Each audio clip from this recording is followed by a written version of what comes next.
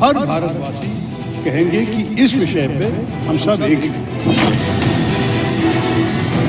अमेरिकी राष्ट्रपति Donald Trump ने धमकी दी है कि वे तब तक एक्शन लेते रहेंगे जब तक ट्रेड डील में भारत झुक नहीं जाता।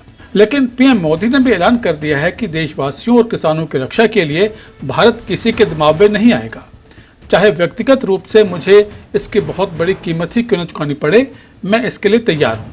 सोशल मीडिया पर कई लोगों का कहना है कि जिस वक्त डोनाल्ड ट्रंप भारत को धमकी दे रहे हैं उस वक्त भारत के लोग और राजनीतिक दल ही एक नहीं हो पा रहे।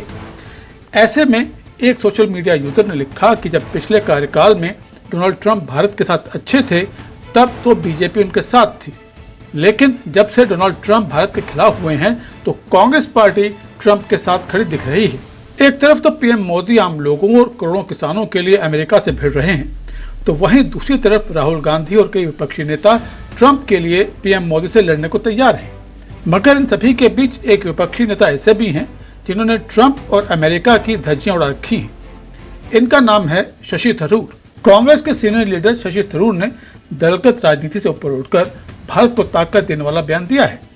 आपको याद होगा कि ऑपरेशन सिंदूर के दौरान भी जब कांग्रेस के कई नेता ये बोलते दिखे कि पाकिस्तान के खिलाफ सबूत दिखाओ, तो उस वक्त भी शशि थरूर ने दुनिया भर में सेना की शक्ति और भारत सरकार का पक्ष रखा।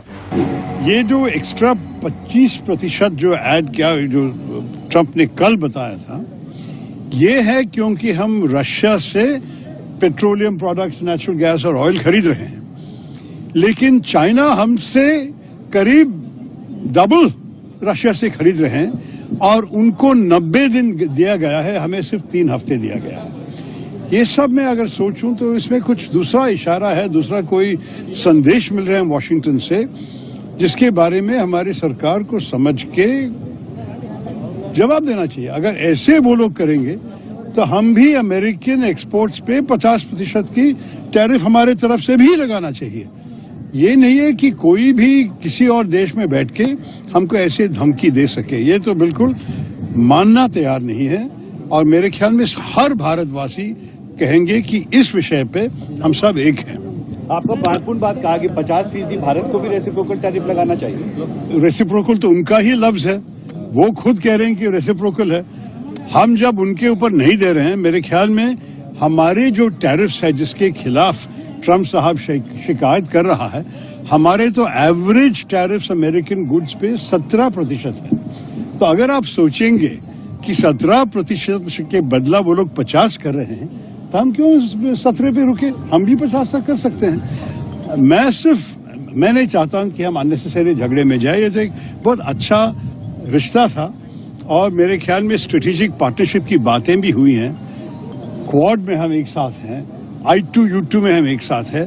बहुत सारे वर्किंग ग्रुप्स के भीतर AI पे, डिफेंस पे, कई विषय पे चर्चा अभी भी चल रही है। तो मैं नहीं चाहूंगा कि सिर्फ ट्रेड पे पूरा रिश्ता को खराब कर दे, लेकिन हमारे तरफ से कोई नहीं चाहते हैं कि इस किस्म की बर्बादी हो जाए हमारे रिश्ते में।